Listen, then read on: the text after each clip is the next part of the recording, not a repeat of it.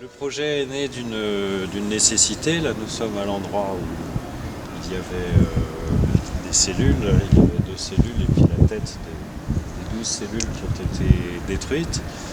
Et le problème qui était posé par l'équipe d'ingénieurs que vous aviez consulté pour essayer de contrer un effet de glissement de terrain de l'ensemble du bâtiment de la Chartreuse était que pour pouvoir faire le chantier, vu que les corridors et les cloîtres étaient extrêmement étroits, cela coûtait extrêmement cher puisqu'il aurait fallu faire à la main en passant avec des brouettes dans des corridors extrêmement étroits. Donc une des solutions qui a été imaginée, c'était de détruire le rang sud qui faisait la façade sud de la Chartreuse des 12 cellules et puis de ces 2 cellules ici en plus pour pouvoir donner accès aux machines directement et permettre un drainage plus facile dans les cellules plus historiques, plus anciennes. D'où la nécessité de réfléchir à une façon d'accompagner en quelque sorte par la mise en place d'un mur, d'une terrasse, d'un espacement par rapport à la route, etc. Et on a aussi vraiment voulu réduire un peu la grandeur de la Chartreuse, les bâtiments qui étaient historiquement ajoutés seulement au début du XXe siècle pour des raisons pour accueillir des réfugiés de la France. Et après, une fois cette nécessité n'était plus là, c'était le problème, on entraîne après ces bâtiments de trop à travers les siècles. Ouais. Et on n'ose pas enlever parce qu'il y a quand même plus ou moins, bon, il y a des frais, il y a la protection des monuments qui empêche ça. Et comme ça, c'était pour ainsi dire presque bienvenu d'une certaine manière ces dégâts de la canalisation qui a fait qu'on avait partout des fissures dans les murs. Et c'était une occasion juste de réduire de nouveau cette Chartreuse, parce que aussi pour vivre, si on est un petit groupe qui vit dans des bâtiments beaucoup trop grands, c'est psychologiquement désagréable.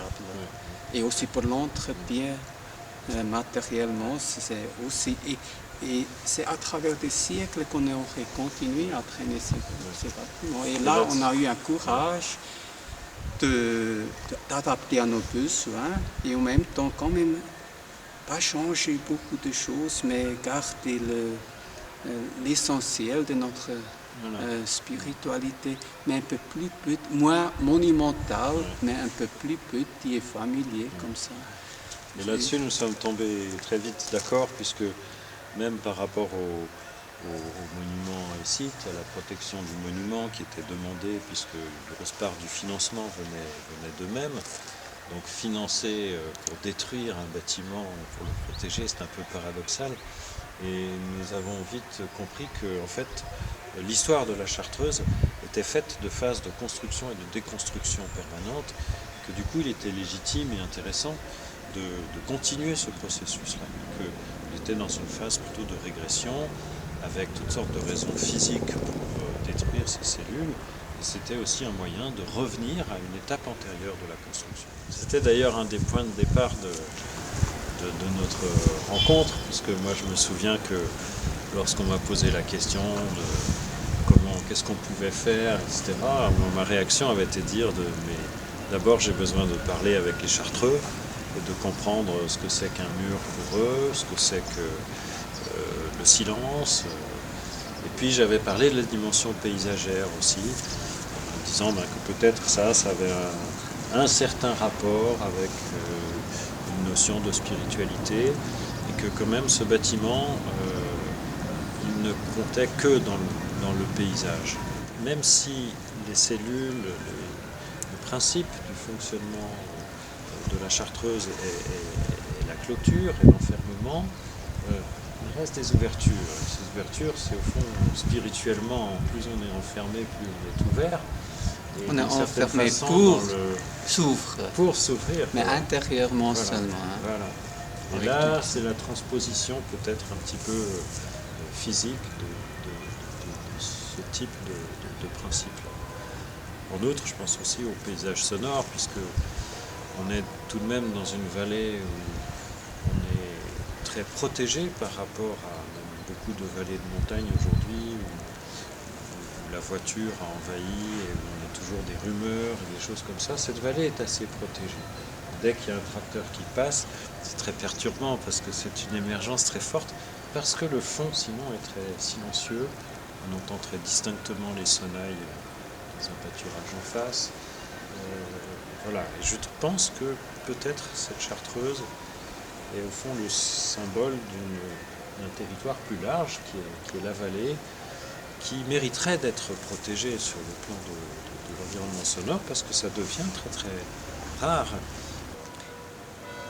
Oui, donc au sujet de ce mur qui prend un aspect très moderne, on a voulu consciemment pas seulement établir donc des anciens bâtiments, mais aussi exprimer notre époque, pour que plus tard on aurait aussi un témoin de notre époque, de ce type de béton qui est en plus un deuxième élément aussi.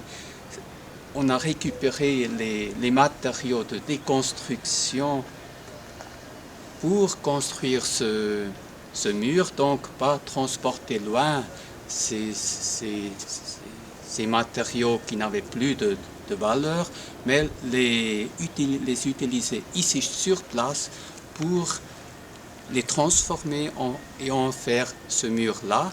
Et si on regarde ce mur, on voit il y a le rouge, les tuiles des cellules, des anciennes cellules. On voit des petits bouts de bois dans ce mur.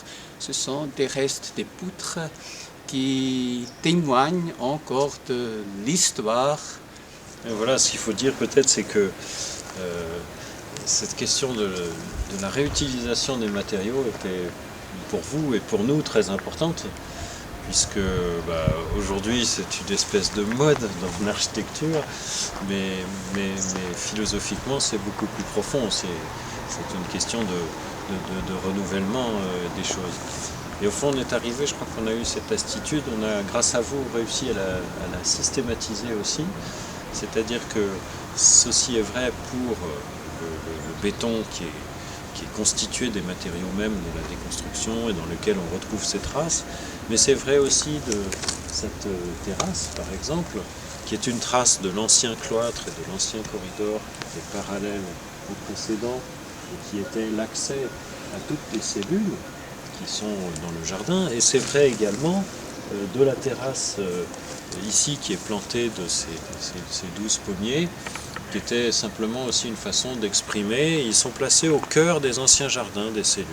Donc c'est une espèce de trace des cellules, qui en même temps est un peu un symbole voilà, du fait que la vie continue. C'est un arbre fruitier qui produit des fruits, etc., etc. Et on est arrivé à discuter beaucoup de cela, puisque les monuments ici souvent veulent reconstruire des ruines. Alors nous étions très opposés à cette idée-là. Et la formule que nous avions trouvée ensemble, enfin, en tout cas c'était grâce à vous que nous l'avions découverte, c'était de dire que la trace devait être plus forte que la preuve. C'est-à-dire qu'on ne devait jamais faire la preuve qu'ici il y avait eu tel ou tel bâtiment en reconstruisant quelque chose. Par contre, lorsqu'une trace existe, eh bien on la laisse parce qu'elle témoigne que ici il y a eu des cellules. Et ce sont des allusions, n'est-ce pas? Et on peut lire comme ça toute une histoire, parce que ici par exemple, on a dit est-ce qu'il faut scier ça tout droit, parce que ce sont des restes des voûtes dans le cave. Alors on a dit ça coûterait beaucoup plus, mais ce n'était pas l'argument principal, mais on a dit on laisse ça comme, et ça intrigue l'homme qui remarque ça peut-être 20 ans plus tard, et ça fait réfléchir, ah oui, c'était autrefois quelque autre chose là. Et c'est ces allusions discrètes qui fait un peu la force aussi de ce projet. On a quand même essayé à unir l'utile avec la belle forme Ouais, en même temps, bien sûr. sans pas additionner, mais que les choses simples sont en même temps aussi utiles Tout à fait. et belles. Qui a d'abord une raison fonctionnelle. Et puis après, l'aménagement esthétique est là, dans une simplicité, dans une retenue, où là aussi nous avons beaucoup discuté de la valeur du silence dans votre communauté, puisqu'il y a votre silence. Donc comment arriver à quelque chose qui fasse silence dans l'aménagement lui-même, qui soit très retenu, qui soit très discret, et qui en même temps soit très affirmatif, parce qu'il y a une immense rationalité dans votre façon de penser les choses. C'est un petit peu ça, avec cet esprit-là, ou ce que nous en avons compris en tout cas, que nous avons essayé d'entrer en résonance. Je veux donc peut-être revenir la collaboration avec vous, avec les architectes. Donc on est impressionné qu'au début, vous avez tout de suite demandé notre règle, des textes historiques pour entrer vraiment dans notre spiritualité, dans l'atmosphère du lieu. Et vous êtes allé même à la Grande Chartreuse pour étudier là les arbres et vous étiez inspiré par l'allée des arbres que vous avez là maintenant aussi de nouveau mis en valeur. Ils vont encore grandir et ça donnerait des grands arbres qui créeront tout un autre effet que maintenant. Et donc, cette spiritualité que vous avez un peu résumée comme ça, peut-être silence, dépouillement, tourner vers l'essentiel, tous ces éléments, vous avez après essayé à matérialiser dans ce travail. Et vous avez vraiment bien réussi. J'espère. En tout cas, nous sentons que cela exprime notre manière d'être, notre spiritualité.